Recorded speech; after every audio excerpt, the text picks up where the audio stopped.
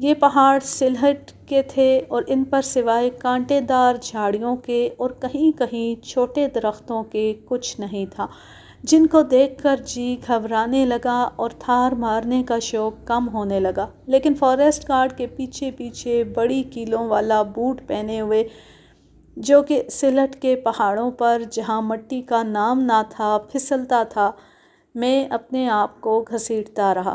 یہ ڈھال ایسی تھی کہ دونوں طرف گہرے کھڈ دیکھ کر چکر آتا تھا اور ایک غلط قدم یا پھسلنا موت کے برابر تھا۔ کچھ دور چل کر یہ قریب 3 فٹ کے بہت گہری پھٹی ہوئی تھی اور مشکل سے 1 فٹ چوڑی ہوگی۔ دیہان سنگھ، جو کہ ننگے پیر تھا، بندر کی طرح سے اس پر سے کود گیا۔ دوسری طرف کوئی چیز سہارے یا پکڑنے کے لیے نہیں تھی، بلکہ ایک ننھی ڈھال دار چٹان تھی کہ اگر پیر پھسل جاتا تو زندہ سیدھا بغیر ٹکٹ کے ہمیشہ کے لیے جہنم کو چلا جاتا۔ میں نے ایک پتھر اس پھٹے ہوئے کالے گڑھے میں ڈالا، جس کی آواز بھی سنائی نہ دی۔ میں نے کہا، میں ان کیلوں والے جوتوں سے، اور جبکہ دوسری طرف نہ تو پیر ٹیکنے کو برابر جگہ ہے، نہ کوئی چیز پکڑنے اور سہارے کے لیے ہے، ہرگز نہیں کود سکتا۔ فاریسٹ گارڈ نے کہا کہ رائفل مجھے دے دو اور جوتے اتار کر وہیں چھوڑ دو، پھر کودنا مشکل نہیں ہوگا اور اس کے بعد آگے جانا اتنا خراب نہ ہوگا۔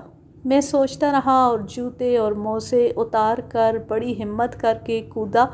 فاریسٹ گارڈ نے اپنی لکڑی سہارے کے لیے بڑھا رکھی تھی، اس کو فوراً پکڑ لیا اور پیروں کی انگلیوں کو چٹان پر جما کر سنبھل گیا، مگر ہوش اڑ گئے اور تھار کا شوق آدھا باقی رہ گیا۔ کودنے کے بعد میں نے پیچھے مڑ کر دیکھا اور خیال کیا کہ اپنی زندگی میں یہ بہت بڑی ہمت کا کام کیا، جو کہ زخمی شیر کے مقابلے سے بھی زیادہ تھا۔ میں نے فوراً دریافت کیا کہ لوٹیں گے کس طرف سے؟ اس نے جواب دیا کہ اسی طرف سے۔ یہ سن کر میرا آدھا خون خشک ہو گیا۔ ننگے پیر چلنا مجھے آسان معلوم ہوا اور ہم کبھی بندر کی طرح چاروں ہاتھ پیر پر اور کبھی چھپکلی کی طرح قریب 100 قدم کے اور گئے ہوں گے کہ ڈھال تھوڑی تھوڑی چوڑی ہونی شروع ہوئی اور 3 سے 6 فٹ تک چوڑی تو ہو گئی، مگر اس میں اتار چڑھاؤ بہت ہی تیز ہونے لگے۔ ایک تیز اتار کے بعد 10-20 فٹ چوڑا ایک ٹکڑا پڑا اور پھر قریب 50 گز کے گران تھا۔ میں نے اس کے کنارے کھڑے ہو کر نیچے دیکھا تو 2 نر تھار میرا کھٹکا پا کر مجھے پہلے ہی سے دیکھ رہے تھے اور مجھے دیکھتی نیچے کی طرف بھاگے۔ میں فوراً مڑا اور رائفل لے کر پھر دیکھا تو وہ غائب ہو چکے تھے۔ فاریسٹ گارڈ نے کہا کہ یہیں کھڑے رہو اور وہ داہنے یا بائیں کسی نہ کسی طرف پہاڑ کے ڈھال پر دکھائی دیں گے۔ قریب 10 منٹ کے بعد میں نے دیکھا کہ وہ دائنی طرف والے پہاڑ کے ڈھال پر قریب 200 گز کے فاصلے پر ایک کے پیچھے دوسرا تیزی سے کنٹور پر ہم سے اتنا ہی نیچے ویلی میں کانٹے دار جھاڑیوں میں بھاگ رہے تھے۔ میں نے 4 فائر ان پر بھاگتے میں کیے۔ رائفل کے پہاڑوں میں دیر تک آواز گونجتی رہی اور صرف ایک ہی تھار ہم کو بھاگتا ہوا کچھ دور اور دکھائی دیا، پھر وہ بھی غائب ہو گیا۔ ہم کو شک ہوا کہ شاید ایک گر گیا، مگر ہم نے اس کو لڑھکتے ہوئے نہیں دیکھا۔ فاریسٹ گارڈ نے کہا کہ میں جا کر دیکھوں گا، مگر چونکہ سورج ڈوب رہا تھا میں نے اسے اجازت نہیں دی اور وہیں سے لوٹ پڑے، کیونکہ پھٹے ہوئے پہاڑ کو دن میں پار کرنا چاہتا تھا اور اسے پار کرنے میں وہی مشکل پھر سے پیش آئی۔ ہم بنگلے پر تھکے ہوئے پسینے میں تر پہنچے، کیونکہ واپسی میں زیادہ تر چڑھائی کرنا پڑی، لہٰذا بالکل بے دم ہو گئے تھے۔ فاریسٹ گارڈ نے کہا کہ سب شکاری یہاں کی دیوی کو چونی، اٹھنی اور روپیہ چڑھاتے ہیں اور ایک بہت بڑے درخت کو دکھایا جو بنگلے کے احاطے میں سڑک کے کنارے کھڑا تھا اور اس میں بہت سی چاندی کی چونیاں، اٹھنیاں اور پیسے کیلوں سے ٹھکے ہوئے تھے۔ جب تھار مارنے میں کامیاب ہو جاتے میں نے بھی ایک اٹھنی دی اور فوریسٹ گارڈ نے اس کو بھی کیل سے اس درخت میں ٹھوک دیا جو کہ قریب 14 فٹ موٹائی میں تھا۔ وہ درخت کم سے کم 500-700 برس کا ہوگا اور اس لمبے زمانے میں نامعلوم کتنے حکمراں اس علاقے میں دیکھ چکا ہوگا۔ فوریسٹ گارڈ نے خوش ہو کر کہا کہ اب آپ کو تھار مل جائے گا اور صبح کے لیے مجھ سے وقت مقرر کیا۔ دوسرے دن صبح ہم اندھیرا کھلتے ہی اس پہاڑ کی چٹخن پر پہنچ گئے جس کو دیکھ کر اور دونوں طرف گہرے غار دیکھ کر آدھی جان نکل جاتی تھی۔ میں ربڑ کا جوتا پہن گیا تھا۔ اس غار کو جیسے تیسے پار کر کے تھوڑی دور گئے ہوں گے کہ سورج اپنی پوری شان و شوکت سے نکل رہا تھا۔ میں بیٹھ گیا اور خدا کی شان پر غور کرتا رہا جس کا بیان میری طاقت سے بالکل باہر ہے۔ میں نے ایسی شان سے سورج کا نکلنا کبھی پہلے نہیں دیکھا تھا۔ ٹھنڈی صاف ہوا چل رہی تھی، طرح طرح کے پرندے اپنے پیدا کرنے والے کی شان کی تعریف کر رہے تھے اور آسمان اور برف سے ڈھکے ہوئے پہاڑوں پر طرح طرح کے رنگ بدل رہے تھے جو کبھی دیکھنے میں نہیں آئے تھے۔ ہم 9 بجے تک اس ٹوٹے ہوئے خطرناک پہاڑ اور اس کی گہری وادیوں میں گھوم پھر کر بالکل تھک کر چور ہو کر واپس آئے اور کچھ نہیں دیکھا۔ شام کو اس قدر رگ اور پٹھوں میں درد ہو رہا تھا کہ زیادہ دور نہ جا سکے اور ویسے ہی بیکار وقت ضائع کر کے چلے آئے۔ جب ہم احاطے میں اس بڑے درخت کے پاس سے گزرے تو میں نے فوریسٹ گارڈ سے کہا کہ ہماری اٹھنی اکھاڑ لاؤ، کیونکہ اب میں اور کوشش تھار کے لیے نہیں کروں گا اور کل صبح واپس منڈالی جاؤں گا۔ اس نے کہا کہ جو چیز دیوی دیوتاؤں کو چڑھا دی جاتی ہے وہ پھر واپس نہیں لی جاتی، نہیں تو نحوست لاتی ہے۔ میں نے کہا تو جانے دو۔ بنگلے پر واپس آ کر میں نے اردلیوں سے کہا کہ سب سے کہہ دو کہ کل صبح منڈالی جانے کو تیار ہو جائیں۔ فوریسٹ گارڈ نے کہا کہ آپ 8 بجے سے پہلے نہیں جائیں گے اور جب تک خچر لادے جائیں گے ہم تھار مار کر واپس آ جائیں گے۔ میں نے کہا کہ بس میں نے کافی تھار اور ان کا بکٹ پہاڑ خوب دیکھ لیا جن میں وہ رہتے ہیں۔ ہم نے کافی کوشش کی اور ناکام رہے۔ میں ان سے ہار مان لیتا ہوں اور ان کو شاباش دیتا ہوں جو تھار مار لے گئے، مگر اس نے خوشامد کی اور ضد کی کہ صرف 1 ہی گھنٹے کے لیے کل صبح آخری کوشش کر لیجئے۔ ڈاکٹر نے کہا کہ کیا نقصان ہے، 1 گھنٹہ گھوم کر منڈالی چلے جانا۔ میں راضی ہو گیا۔ پہلے دن کی طرح صبح دن نکلنے سے پہلے روانہ ہو گئے اور جب ہم نوکروں کے کوارٹر کے سامنے سے گزر رہے تھے فوریسٹ گارڈ نے میرے اردلی جھاپلو کو آواز دی اور آہستہ سے کہا کہ اگر تم رائفل کی آواز سنو تو فوراً ایک آدمی بانس اور رسی لے کر اس طرف آ جانا۔ میں فوریسٹ گارڈ کے اس مغرور بھروسے پر ہنسا۔ ہم آگے بڑھے اور ایک کانٹا میرے ربڑ سول میں ہو کر میرے تلوے میں کافی گہرا گھس گیا۔ میں کانٹا نکالنے کے لیے بیٹھ گیا اور فوریسٹ گارڈ اس بڑے درخت کے سامنے ہاتھ باندھ کر گھٹنوں کے بل جھک گیا اور تھوڑی دیر کے بعد میرے ساتھ ہو لیا۔ ہم نے وہ غار پار کیا اور پھر اس کے بعد ایک چوٹی کے پیچھے جا کر، جو کہ یہ 2 بڑے سخت مقام میرے لیے تھے۔ فوریسٹ گارڈ نے بجائے مشرق کے آج رخ شمال کی طرف بدل دیا اور تھوڑی دور ویسی ہی سلہٹ کی ننگی اور تیز ڈھال والی دھار پر لے گیا اور ایک جگہ پر قریب 30 فٹ گہرے اور 10 فٹ چوڑے گران پر کھڑا ہو گیا، جو کہ قریب ترچھی دیوار کی طرح سے تھا اور جس میں سے سلہٹ کے چھوٹے چھوٹے ٹکڑے چٹخ کر نیچے جمع ہو گئے تھے اور اس کی سطح کافی کھردری ہو گئی تھی۔ 2 انچ گہرے دانت تھے اور دونوں طرف اس پہاڑ کی ڈھال کے بہت ہی گہرے خار تھے کہ ان میں جانا تو درکنار دیکھنے سے ایسا معلوم ہوتا تھا کہ کوئی گھسیٹے لے رہا ہے اور چکر آنے لگتا تھا۔ میں تو ڈر کے مارے ان غاروں کی طرف دیکھتا بھی نہ تھا۔ قدرت نے 8-9 ہزار فٹ کی بلندی پر یہ عجیب و غریب ملک بنایا ہے۔ فوریسٹ گارڈ نے کہا کہ اس پر اتر آؤ